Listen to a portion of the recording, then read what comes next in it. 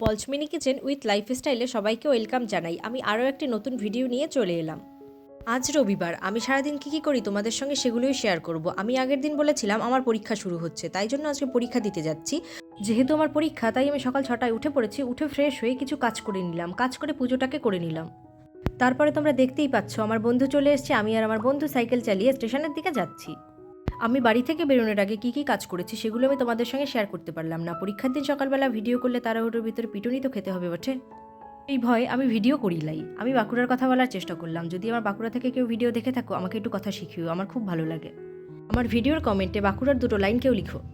এদিকে তোমরা দেখতেই পাচ্ছ আমার সাইকেলের ঝুড়ি ভাঙা। আসলে আমার সাইকেলের ঝুড়ি বারবার ভেঙে যায়, আর আমি বারবার সারাতে সারাতে আমি গরিবস হয়ে গেছি, তাই এবার আর আমি সারালাম না। এটাই আমার স্টাইল হয়ে গেছে। অনেক কথা হলো, এবার চলো আমি যাব মধ্যমগ্রাম আচার্য প্রফুল্লচন্দ্র কলেজে। কিভাবে যাচ্ছি সেটাই তোমাদের সঙ্গে শেয়ার করি। আমরা 3জনে যাব, 3টে টিকিট কেটে নিলাম। এবার ওভারব্রিজ করে 2 নম্বরে চলে এলাম। আসলে কলকাতার দিকে বেশি দরকার ছাড়া যাওয়া হয় না, তখন গার্ডিয়ান সঙ্গে থাকে। এবার বললো তোমরা বড় হয়েছো, 2জন মিলেই চলে যাবে। স্টেশনে গিয়ে দেখলাম আরও বন্ধুদের সঙ্গে দেখা হয়ে গেল, আর আমি আমার বন্ধুকে সাহস নিয়ে বললাম চলো তাহলে যাওয়া যাক। দেখো আমরা সুন্দর একটা ভিডিও বানিয়ে নিলাম। এর মধ্যেই দেখছি স্টেশনের দিকে ট্রেন ঢুকছে। সাবধানতা বজায় রেখে সবাই মিলে ট্রেনে উঠে পড়লাম। আজকে আমার 2টো পেপার পরীক্ষা, তাই টিফিন তো নিতেই হবে। আর আমি যেন পরীক্ষার দিন ডিম আর আলু খাই না, যদি ওরকম গোল গোল মার্কস পাই তাই জন্য। তোমরা কি আমার মতো এরকমভাবে ভুল ধারণা নিয়ে কেউ বেঁচে আছো? তাহলে কমেন্ট করে জানিও যে তোমরাও পরীক্ষার দিন ডিম খাও না। দেখো তারপরে ট্রেনের ভিতরে আমি কিছু জিনিসপত্র একটুখানি ছবি তুলে নিলাম। তারপরে ট্রেনের ভিতরে আমি আর কোনো ভিডিও করিনি, কারণ আমার মনে হচ্ছিল ট্রেনের ভিতরে কারোর পারমিশন ছাড়া ভিডিও করা ঠিক নয়। তারপরে চুপ করে বসে থাকি। এর ভিতরেই আমরা মধ্যমগ্রাম। তারপরে সবাই ওভারব্রিজ করে অটো ধরার জন্য ওপারে চলে যাই। আর দেখো এর মধ্যেই ব্যস্ত শহরে আমরা চলে এলাম। তারপরে এতটা দূরে চলে এসেছি বলে ভালোও লাগছে, আর পরীক্ষার জন্য টেনশনও হচ্ছে। এর ভিতরে দেখছি অটোতে যাওয়ার জন্য লাইন পড়েছে রেশনের মতো। তারপরে আমরা রেশনের লাইনে দাঁড়িয়ে পড়লাম, মানে অটোতে ওঠার জন্য দাঁড়িয়ে পড়লাম। দেখো কতটা বড় লাইন। তারপরে খুব বেশি আমাদেরকে দাঁড়াতে হয়নি, আমরা একটা অটো পেয়ে গেলাম। তারপরে আমরা পরীক্ষার টেনশন করতে করতে আর গল্প করতে করতে যাচ্ছিলাম, আর ব্যস্ত শহরের কিছু ছবি তুলে নিলাম যাতে আমি তোমাদের সঙ্গে শেয়ার করতে পারি। এবার অনেকেরই মনে হতে পারে পরীক্ষার টেনশন করছো আবার ভিডিও করছো।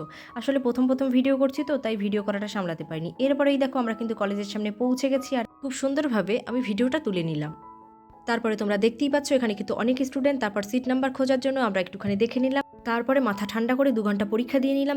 এবার টিফিন করে নিয়ে আরও 2 ঘন্টা পরীক্ষা দেবো। ডিম আর আলু যেহেতু নয়, তাই লম্বা লাউ।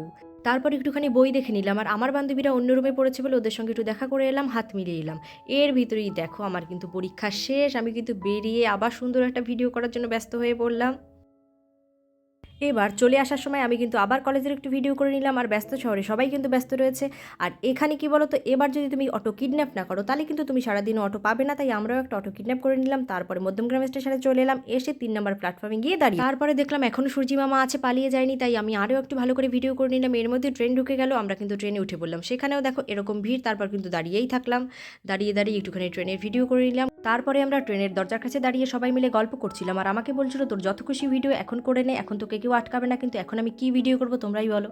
তারপরে আমি বাইরের দিকটা ভিডিও করতে থাকলাম, আর আমাদের পরীক্ষা কেমন কি হলো সেটা নিয়ে আমরা কথা বলতে থাকলাম। সেই কথা বলতে বলতে আমরা কিন্তু প্রায় আমাদের স্টেশনের কাছাকাছি আমরা পৌঁছে যাচ্ছি।